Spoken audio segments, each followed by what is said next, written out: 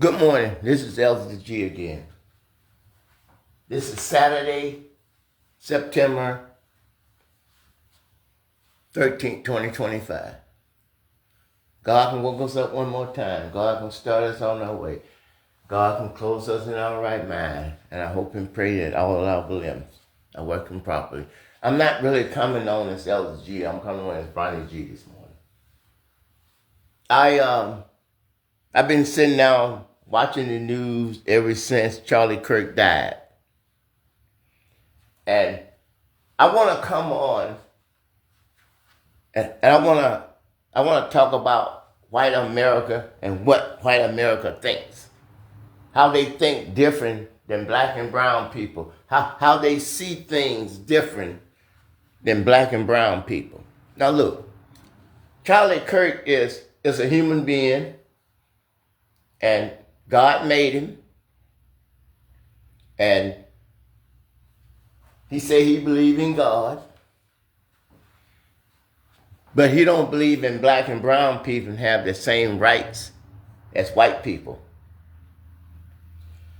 Charlie Kirk, to me, I don't know Charlie Kirk. I ain't never met him, but I saw him on TV.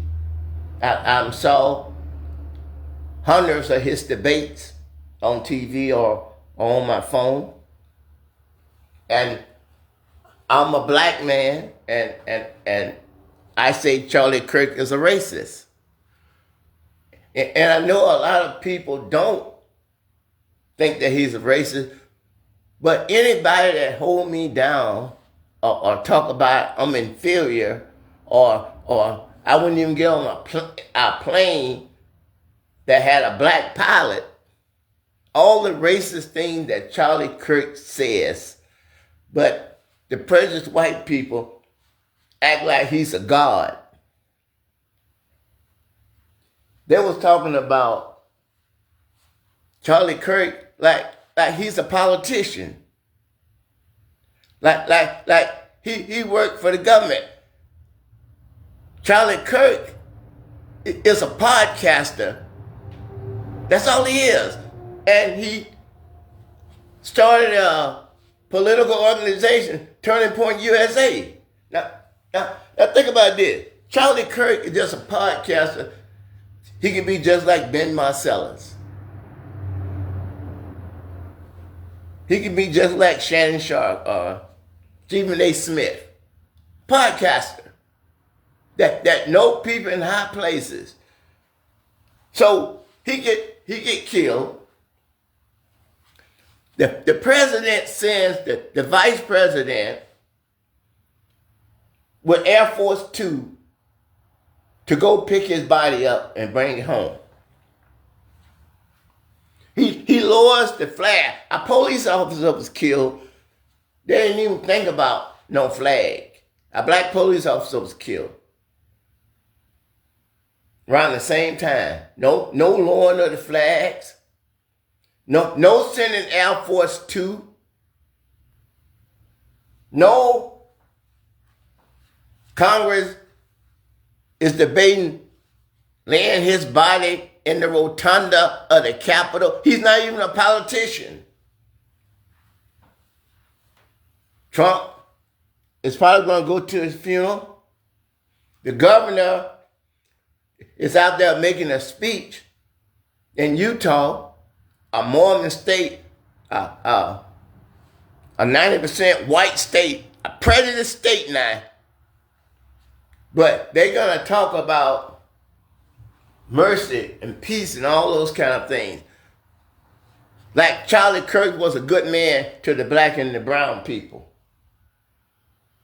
Charlie Kirk was no good man to the black and the brown people. Charlie Kirk didn't respect black and brown people. Charlie Kirk thought that black and brown people was inferior. There was no difference between races like Hitler or Stalin, whoever it is, that than Charlie Kirk in the eyes of minorities. But watch the prejudiced white people raise him up like he's a god. I'm going to play an interview with the governor of Utah so you can see what I'm talking about. A few months ago, I referenced this last night, Charlie posted to social media when I don't want to get too preachy, but I think it's important that we, with eyes wide open, understand what's happening in our country today. I've heard people say, well, why are we so invested in this? There's violence happening all across our country, and violence is tragic everywhere. And every life taken is a child of God who deserves our love and respect and dignity. This is certainly about the tragic death, political assassination of Charlie Kirk. But it is also much bigger than an attack on an individual. It is an attack on all of us. It is an attack on the American experiment. It is an attack on our ideals. This cuts to the very foundation of who we are, of who we have been, and who we could be in better times. Political violence is different than any other type of violence for lots of different reasons. One, because in the very act that Charlie championed of expression, that freedom of expression that is enshrined in our founding documents, in having his life taken in that very act, makes it more difficult for people to feel like they can share their ideas, that they can speak freely. We will never be able to solve all the other problems, including the... You see what I'm talking about? Now, I'm totally against homosexuality. I don't believe that there's a transgender. I believe a man is sick in the head that thinks he's a woman, and I think a woman that thinks she is a man is ungodly and is trying to put God to an open shame. But Charlie Kirk didn't care nothing about transgenders. Even though he know they got some kind of mental problem, even though he know they got a weakness, and the way he talking, he can cause them to commit suicide. Charlie Kirk didn't care nothing about that. Charlie Kirk didn't care nothing about cutting free lunches to children that they family can't afford, black and brown kids. Charlie Kirk didn't care nothing about that. Charlie Kirk didn't care nothing about a black person want to become a pilot of a plane. Charlie Kirk is saying, I can't trust when I see a black person with a captain's uniform on, I don't want to get on that plane. This is the man that they lifting up like a great man. When he hated people because of the color of their skin.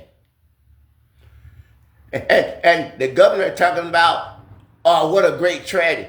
Was it a great tragedy in Venezuela when Donald Trump ordered the people to shoot the boat out of the water with 11 people on it that you don't even know?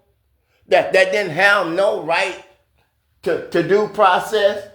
Did Charlie Kirk care when ICE was snatching black and brown kids out of people's hands and throwing them in concentration camps?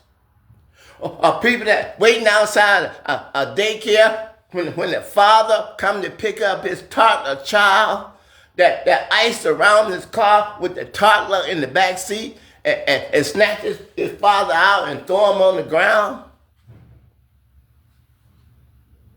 Did Charlie Kirk care about people in Iran?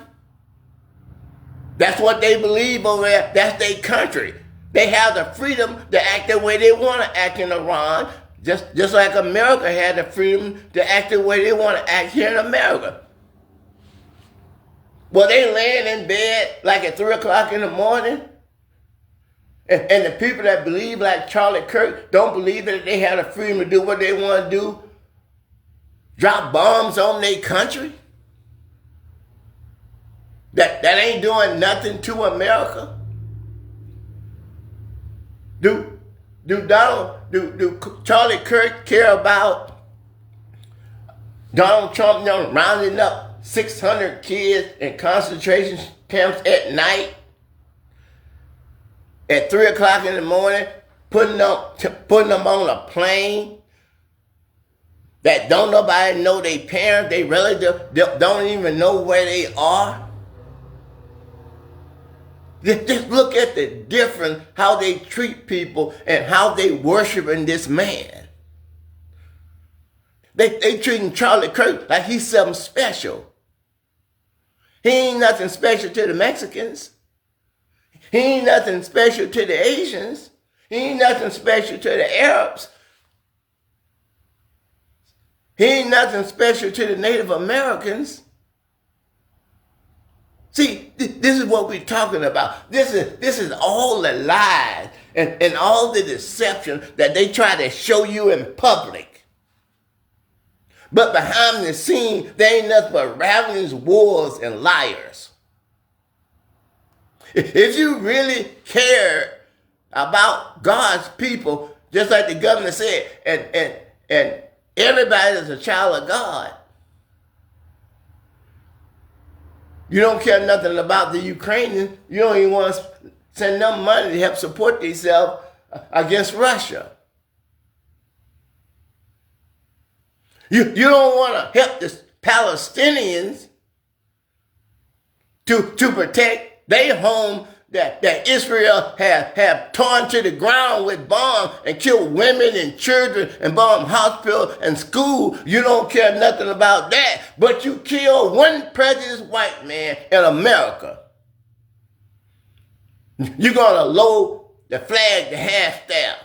He's not even a politician. It wasn't a political assassination. He's not in politics. Political assassination is somebody that kills somebody that's in politics. Charlie Kirk is not in politics. Charlie Kirk is not part of the government. Why would you send the government plane that black and brown people help pay for? Why would you want to lay him in the rotunda of the Capitol? Why would you want to make a god out of him when he don't treat everybody right? He don't treat everybody fair. God has no respect for a person. That means that if you'll do it for the white, you'll do it for all the minorities too. And by the way, black and brown people are not the minorities, by the way. Another lie. Black and brown people is not the minority. Black and brown people is 90% of the world's population, by the way. The Caucasian people is less than 10% of the world population. So, by the numbers alone, prove that black and brown people is the majority of the people of the world. Just imagine you have a pie, an 8-inch pie, and then you cut one small slice out of the pie. That's the Caucasian race in the world, that little small slice of pie. That 90% that's left, that's the black and brown people. I don't know what kind of delusion that you in, that you calling the black and brown people the minorities in the world, when reality, the Caucasian race is the minority. And you know, by the number going down of the Caucasian race, and the number is exploding with the black and brown race, that let you know beyond a shadow of a doubt that God is increasing and strengthen the black and brown race. And the Caucasian race is diminishing. There's nobody can call me a liar on that. That there is nobody that can come on this broadcast and tell me that the black and brown race is not increasing and the Caucasian race is decreasing. So decreasing means that you're not prospering. Decrease means that your race could eventually come extinct. But if you say that the black and the brown race is increasing, it's growing, anything that grows and prospers, anything that grows and flourishes, people say that race is prospering. But the race that's going down, it's not. It's stagnated. Like, every time I come on this broadcast, I let you know that I don't hate black people. I don't hate white people. I love white people. White people is the one that taught me about politics. White people is the one that taught me about business. White people taught me how to speak in the front of certain people in different manners. If I'm in the hood, I'm gonna talk like the people do in the hood. Yeah. If I'm in a business meeting, I'm gonna talk like I'm in a business meeting. See, wherever I go, whatever situation that God put me in, I don't go in there trying to lift up or tear down. I go in there to try to fit in and get the job done and move on. Tell me all the great stories that Charlie Kirk did to help black and brown people, and instead of putting them down. Tell me, because you're not. Because that's not what he believed in. He didn't believe in everybody is created equal. He didn't believe in everybody have the same opportunity.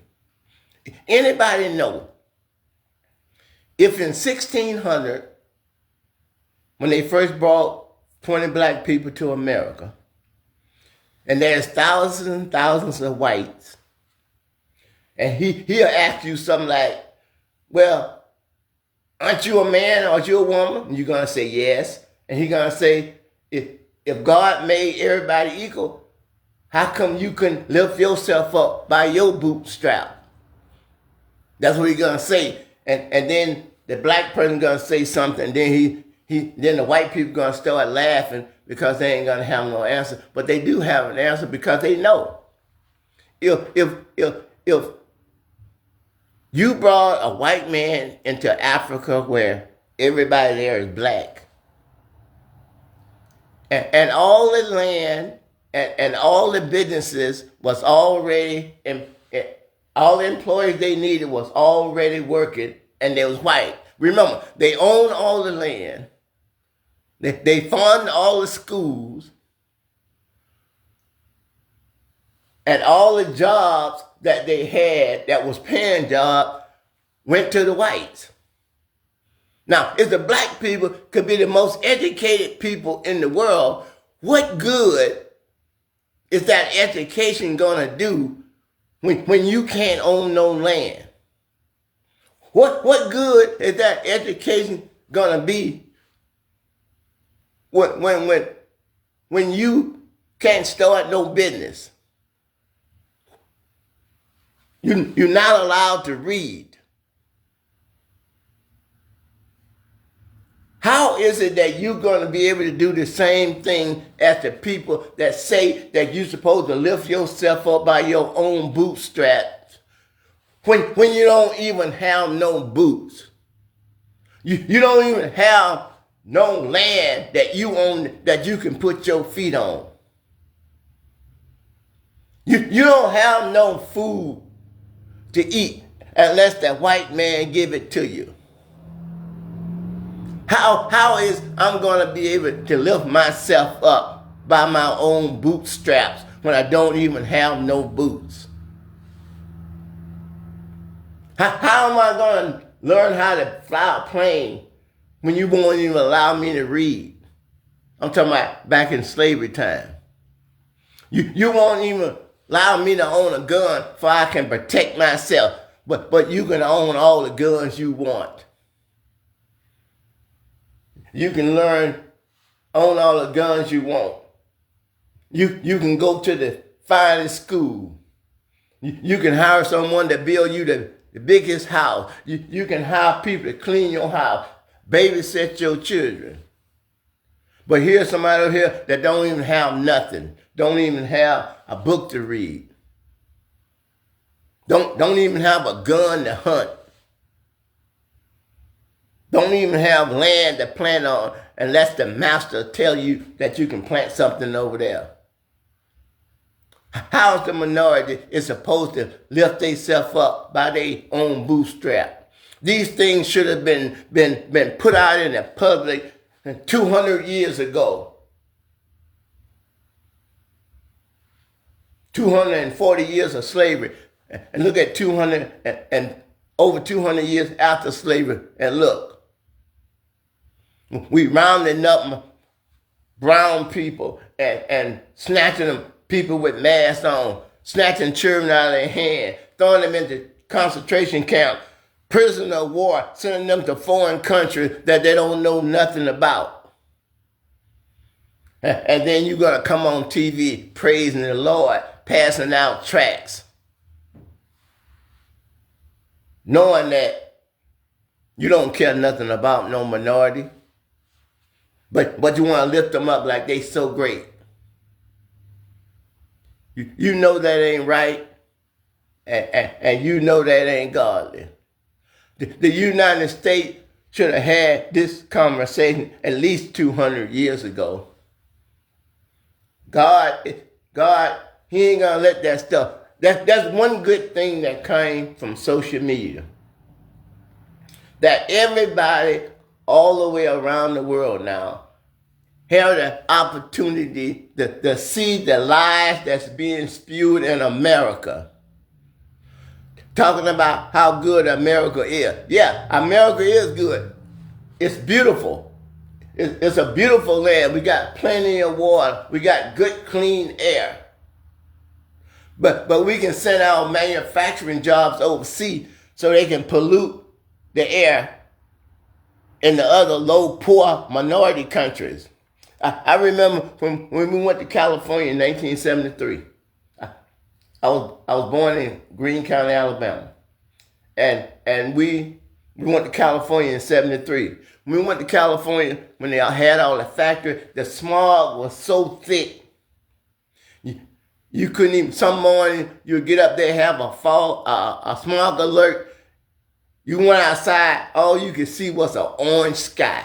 You couldn't even see the sun because the sky was so polluted. And the kids had asthma, minorities. They had kids, poor people, houses where they built power lines over those big old power lines that lead to the big old power station, going over the black and brown community. And the kids it was high cancer rate there. Because the kid should have never been living under those big, huge power lines. Did Charlie Kirk and them care anything about that? Or the big old chemical factory right down the street. That kids are sick from the fumes or the chemicals and everything that's creeping into the ground. And that's the same ground they play on. Those are the same things that Donald Trump and the Republican Party, they want to get rid of the regulations. So the big old corporation like Dow Chemical and all those, they just dump that waste in the black and brown neighborhoods. that's going to affect the kid's brain. And they're going to get brain cancer and lung cancer because they got to play in a playground that been polluted by Dow chemical so they can make more profit because to take the chemical to a chemical dump is too expensive. It's the same people at the poultry factory, like Smithfield and Tyson Food, that hire undocumented Mexicans so they can pay a low wage, so they can make a bigger profit. And then when they don't need them no more, when the unemployment rate go down and they need employment, that's when they do the raids. Because the white people start crying about the aliens is taking our job. And then that's when they go and raid the poultry manufacturer. They go raid the farm and they round up all the illegals, they call them, and throw them out the country so they can make room for the white people to get the job. Now how is that no respect for a person? How is that somebody acting like they love God? See, black and brown people, we know instantly a prejudiced white person from a nice, loving white person. Because our father and mother teach us from a little kid. They let us know from their own experience. Stay away from that white man over there. He don't like black people. But Mr. Johnson over there, or Mr. Brown over there, they all right. If you need to go ask a white man for go there and ask Mr. Johnson or Mr. Brown. See, that's what we had to do. That's what the mothers and fathers had to teach the black people from little, before they even know how to read and write. They had to teach the black kid that you have to look out for certain white people. You just can't go up to any white person because the results is not going to be the same. See, that's what we're talking about. You know what they call two-faced, right? Talking out both sides of your neck. See, when you with the white people, here's this white man. He used to come over. He was my father's friend when they know other white people around. But when him and my father there, they drinking out the same bottle. They sharing the same cigarette. But when them other white people come around, them real prejudiced white folks, Mr. Cameron tell my father, Willie, you need to go on over there and finish that job. Because he couldn't be friends and drink from the same bottle and smoke the same cigarette as my father when the prejudiced white people is around. But then when the prejudiced white people leave, then my dad would go back over there. And then Mr. Cameron, he'll start apologizing to my dad because he know what he just did wasn't right. But he knew that those prejudiced white people knew that he was drinking out the same bottle with my dad and smoking the same cigarette my dad. He knew that those prejudiced white people wouldn't be his friend no more, and he might have lost business. He might have lost contracts. See, the black people understood that Mr. Cameron is not prejudiced like those white folk. But since my dad respected Mr. Cameron, my dad will play along because he knew that Mr. Cameron was actually looking out for him. He knew that Mr. Cameron didn't want to kill his business, and my father didn't want to lose his job either. So my father understood when him and Mr. Cameron is together, they like friends. But as soon as the prejudiced whites came around, my dad know separate yourself from Mr. Cameron because you want to keep your job. You want Mr. Cameron to keep on prospering so he can pay his salary. See, that's what we call a hypocrite. A hypocrite is somebody that says something when they're in different situations, but when you're a child of God, you're not supposed to do that. You're supposed to be the same in season and out of season. You're not supposed to worry about the consequences. If you're a child of God, you don't have to worry about the consequences because you know that God has got this situation. You know that God is going to give you a way out of no way. That's why I can talk the way I do. Because I don't live most of my adult life up until this point around white people and educated white people and professional white people. And they done taught me that everybody is created equal. No matter what the color of your skin. We all children of the Most High God.